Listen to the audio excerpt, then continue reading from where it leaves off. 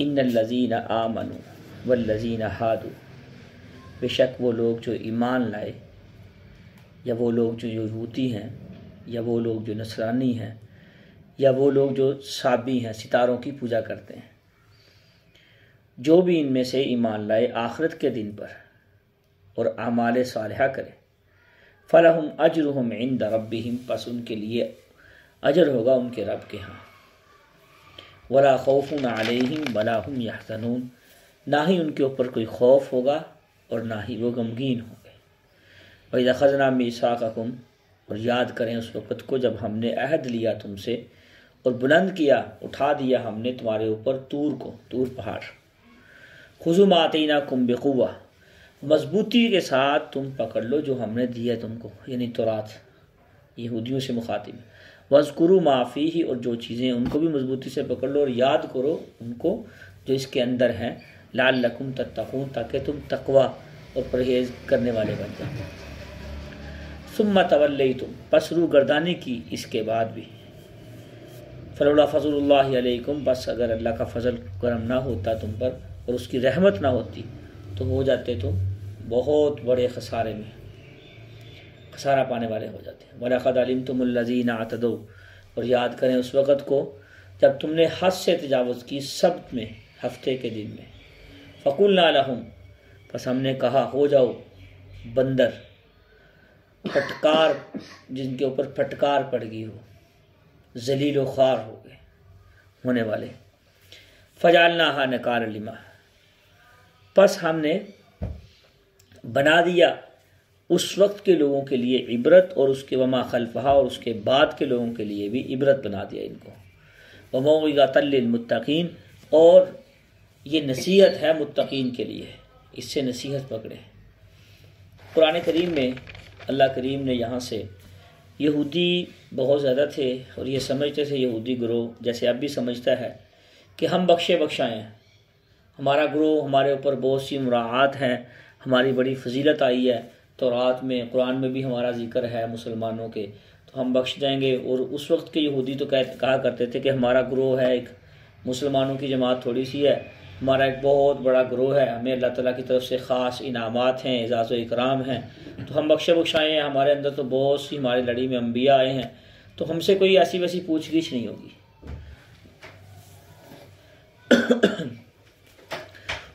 الحمدللہ۔ تو اللہ تعالیٰ نے یہاں سے یہودیوں کے جو باطل گمان ہیں، جو خوش فہمی میں وہ شکار ہیں، خوش فہمی کا، یہاں سے اللہ تعالیٰ نے ان کی تردید فرمائی ہے کہ اللہ کے ہاں گروہ بندی کا کوئی اعتبار نہیں ہے کہ تم کس گروہ سے ہو، کس نسل سے ہو، کس رنگ سے ہو، یا کس نبی کے پیروکار ہو۔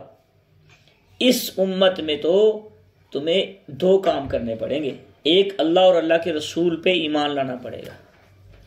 پچھلی ساری بات ختم ہو گئی ہے، پچھلی امتیں اور شریعتیں ختم ہو گئی ہیں، اب جو نبی، موجودہ نبی ہیں رسول اللہ صلی اللہ علیہ وسلم، ان پہ ایمان لانا ضروری ہے۔ آمنو، دوسرے نمبر پہ وعملوا الصالحات، خالی ایمان لانا کافی نہیں ہے بلکہ اعمال صالحہ کرنے ہیں ساتھ، چاہے یہودی ہوں، چاہے نصارہ ہوں، عیسیٰ علیہ السلام کی جو حواری تھے، چاہے صابی ہوں۔ یہ صابی عراق کی طرف، عراق کے علاقوں میں ایسے لوگ ہیں تھے اس وقت بالخصوص کہ جو دعویٰ کرتے تھے ملت ابراہیمی کے، لیکن یہ ستاروں کی پوجا کیا کرتے تھے۔ دنیا میں اس وقت بھی بہت سارے مذاہب ہیں، ہمیں اس پہ اللہ تعالیٰ کا شکر ادا کرنا چاہیے، جس سے ہمیں اپنی عبادت کے لیے پیدا کیا اور اپنے سامنے سجدہ کرنے کی توفیق عطا فرماتے ہیں۔ بہت سارے لوگ ایسے ہیں، یہ ہمارے پڑوس میں ہی دیکھ لیں، ہندو دیکھ لیں، گائے کی پوجا کر رہے ہیں کہ نہیں، ماتا کہتے ہیں، سمجھتے ہیں، اور دیکھ لیں اس کے پیشاب اور پخانے تک کو مقدس سمجھتے ہیں۔ اور سکھ دیکھ لیں آپ، بتوں کی پوجا کر رہے ہیں، کوئی گو کی پوجا کر رہا ہے، کوئی اس کی مگرمچھ کی پوجا کر رہا ہے، کوئی آگ کی پوجا کر رہا ہے۔ بہت سے دنیا میں 43 مذہب اس وقت دنیا میں ہیں، بعض مورخین نے تو 143 لکھے ہیں، اتنے مذہب ہیں۔ بعض پانی کی پوجا کرتے ہیں، بندہ کے سوچ میں بھی نہیں آتا ایسے سے خدا بنایا ہوا، ایک خدا سے دل بھر گیا، اس کو پھینک دیا، دوسرے خدا لے آیا۔ مسلمان کس کی پوجا کرتا ہے؟ صرف عبادت اللہ کی کرتا ہے۔ مسلمان پتھروں کو نہیں پوجتا۔ مجھے تو دکھ ہوتا ہے ان مسلمانوں پہ جو دعویٰ تو اللہ اور اللہ کے رسول کی اطاعت کا کرتے ہیں، ایمان اللہ تعالیٰ پہ، توحید اور عبادت اللہ تعالیٰ کی بیان کرتے ہیں، رسالت رسول اللہ صلی اللہ علیہ وسلم کی بیان کرتے ہیں، لیکن پتھروں پہ ایمان رکھ کے بیٹھے ہیں۔ کیسے؟ یہ ہاتھ میں کسی نے پتھر والی انگوٹھی پہنی ہوئی ہے، یہ عقیق ہے جی، یہ زمرد ہے، یہ فلاں ہے، یہ فلاں ہے، اس سے مجھے فلاں نفع ہوگا، اس سے زہر نہیں پھیلے گا، اس سے یہ نفع ہوگا، اس سے یہ نفع ہوگا۔ رنگ برنگے عقیدے، کسی نے گلے میں پتھر ڈال لیے، کسی نے انگلیوں میں پتھر ڈال لیے، کسی نے انگوٹھیوں میں پتھر ڈال لیے۔ رسول اللہ صلی اللہ علیہ وسلم کی کفار سے جنگ کون سی تھی؟ بھائیو پتھروں کو تو نکالا تھا نا، بتوں کو تو نکالا تھا۔ ابراہیم علیہ السلام نے کعبہ سے بتوں کو تو نکالا تھا۔ میلے پہ گئے، قصہ آگے آ جائے گا، آپ دیکھ لیں گے، سارے میلے پہ گئے، حضرت ابراہیم علیہ السلام کو آگ میں کیوں ڈالا گیا؟ سارے بتوں کو توڑ کے، ان کی گردنیں اڑا کے، بڑے بت کے سر پہ ادھر کندھے پہ کڑھالا رکھ دیا۔ جب واپس آئے کہ پوچھ لو اپنے خدا سے، تو نمرود نے کیا کیا تھا؟ آگ میں کیوں ڈالا گیا؟ رسول اللہ صلی اللہ علیہ وسلم نے جب بتوں کی صفائی کروائی تھی، بیت اللہ کی بتوں سے جان چھڑوائی تھی، تو یہی تو جنگ تھی، کافروں کو یہی تو تکلیف تھی۔ کتنے صحابہ اس پہ شہید ہوئے، بس فرق اتنا ہے وہ مورتیاں تھی، بڑے تھے بت، ہم نے اپنی انگلیوں تک لے آئے ہیں ان کو، ان کے اوپر یقین رکھ لیا ہے۔ یاد رکھنا، اللہ اور اللہ کے رسول پہ ایمان لانا اور نفع اور نقصان اللہ تعالیٰ کے علاوہ کسی کے اوپر یقین رکھنا کہ مجھے یہاں سے نفع ملے گا، یہاں سے نقصان ملے گا، یہ شرک ہے، یہ غلط ہے۔ میرے دوستو، عبادت ہم رب کی کرتے ہیں اور نفع کی امید رکھتے ہیں غیر اللہ سے، نقصان کی امید غیر اللہ سے رکھتے ہیں۔ رسول اللہ صلی اللہ علیہ وسلم جب وجد میں ہوتے تھے تو یہ الفاظ فرماتے تھے، ارشاد ترمذی شریف کی روایت ہے، اللہ اللہ ربی لا اشرک بہ شیئا، یا اللہ تو ہی میرا رب ہے، تو ہی میرا مالک اور خالق اور رازق ہے، لا اشرک بہ شیئا، کہ ایک ذرہ کے برابر بھی کوئی چیز تیرے شریک نہیں ہے۔ اب ہم نے مختلف خدا بنا لی، اور جو گھروں میں مورتیاں رکھی ہوئی ہیں ہم نے لا کے، اس کا بھی بڑا نقصان ہے۔ یہ بچوں کے کھلونے رکھے ہوئے ہیں، جو شبی، جو مورتی، جو گڑیا جو ہاتھ میں رکھ کے بچوں کو دیتے ہیں، اس میں اس کا نوز ہوتا ہے، آنکھیں ہوتی ہیں، کان ہوتے ہیں پوری، اور پیچھے بال بھی ہوتے ہیں، سارا کچھ ہوتا ہے۔ یہ گناہ کبیرہ ہے، ایسے گھروں میں یہ نہیں رکھنی چاہیے۔ یہ شرک کے مترادف چلا جاتا ہے انسان، کہ مورتی کو دیکھ رہے ہیں، بچوں کے عقیدے خراب کر رہے ہیں، بچوں کے ذہن خراب کر رہے ہیں۔ میرے دوستو، تصویر ویسے ہی منع ہے، تو یہ ایک خاص مورتی پتھر کی بنا کے رکھنی، یہ کافروں کی مورتیوں میں اور اس مورتی میں کوئی فرق ہے؟ کوئی فرق نہیں ہے۔ اب یہ سفر میں جاتے ہیں نا، تو چھوٹے چھوٹے بت اپنے اسی طرح کی مورتیاں چھوٹی چھوٹی اپنے کجاؤں کے اوپر اپنے سامان میں رکھ لیتے ہیں۔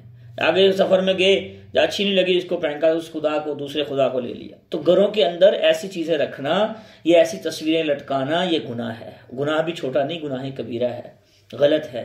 محدثین نے، فقہا نے، علماء نے، سب نے منع فرمایا ایسے۔ تو بچوں کو ایسی چیز نہ لے کے دیں جس سے، جو بندوں کی شبیہ جس کے اندر ہو، جس کے ساتھ عورتوں کی، بندوں کی، یا اس کے ساتھ اللہ کی بنائی ہوئی چیزوں کے مشابہ ہو، یہ غلط ہے۔ تو اس طرح کے کاموں میں پڑ جانا، تو تعویذات لٹکا لینا، یہ غلط ہے۔ اس پہ بھی انشاءاللہ ایک دن بات کریں گے، یہ تعویذ کی شرعی حیثیت کیا ہے، اس کو گلے میں لٹکانا۔ بات یہاں سے چلی ہے کہ جو مختلف خدا بنا رکھے ہیں، مختلف کسی نے کس کو، تو ہم نے زبان سے اور اپنی روح سے اس کا شکر ادا کرنا چاہیے کہ یا اللہ تیرا شکر ہے، مختلف لوگوں کے سامنے، مختلف چیزوں کے سامنے جھکنے سے تو نے بچا لیا، اپنے سامنے تو جھکنے کی توفیق عطا فرماتا ہے۔ جو شکر ادا کرتا ہے، ایمان پہ خوش ہوتا ہے، اللہ اس کو اس کے ایمان کی وجہ سے کلمہ بھی نصیب فرماتے ہیں۔ اور جو اپنے ایمان پہ خوش نہیں ہے، اوروں کو دیکھتا ہے جانگ جانگ کے، اللہ اس سے ناراض ہوتے ہیں۔ تو اس لیے اللہ پاک فرما رہے کہ تم یہ مت سمجھو کہ ہم نے موسیٰ علیہ السلام کے ہیں، یا عیسیٰ علیہ السلام کے متبعین ہیں، یا ابراہیم علیہ السلام کے متبعین ہیں، یا مختلف خدا بنا رکھے ہیں، تمہاری بخشش ہو جائے گی یا تم کامیاب ہو جاؤ گے۔ ایسی بات نہیں ہے۔ جو بخشش تو ان لوگوں کی ہوگی جو ملت ابراہیمی پہ ہو یا کسی بھی ملت پہ، اس رسول اللہ صلی اللہ علیہ وسلم، ہمارے پیارے نبی پاک صلی اللہ علیہ وسلم کی اتباع اور شریعت میں ایمان لائے گا، اس پہ عمل کرے گا اور اللہ تعالیٰ کی توحید کا اقرار کرے گا، اعمال صالحہ کرے گا، ان کے لیے ان کی نیکیوں کا اجر ہوگا۔ فَلَهُمْ أَجْرُهُمْ عِنْدَ رَبِّهِمْ۔ تو ہم بھی دیکھ لیں بھائی ہم صرف دعویٰ کرتے ہیں یا عملی زندگی بھی ہماری ہے؟ اس میں انسان کو ہر ایک کو سوچنا چاہیے. وَلَا خَوْفٌ عَلَيْهِمْ وَلَا هُمْ يَحْزَنُونَ. میں پہلے بھی میں نے بتایا تھا خوف اور حزن میں فرق ہے. خوف ہوتا ہے کہ کوئی چیز آ رہی ہے، کسی چیز کا خوف، ڈر، کسی کام کے ہونے کا ڈر ہو، خوف ابھی ہوا نہیں ہونے کا. غم ہوتا ہے کوئی کام ہو چکا ہوتا ہے، اس کے اوپر بندہ بعد میں غمگین ہوتا ہے، یار مجھے بڑا غم لگا ہوا ہے، میرا فلاں نقصان ہو گیا ہے، مجھے فلاں. تو آخرت میں اللہ پاک فرما رہے ہیں کہ تمہیں میں خوف میں مبتلا بھی نہیں کروں گا اور غم میں مبتلا بھی نہیں کروں گا. خوف اور غم سے تمہاری نجات دے دوں گا اگر تم نیک اعمال کرو گے، صحیح اعمال صالحہ کرو گے.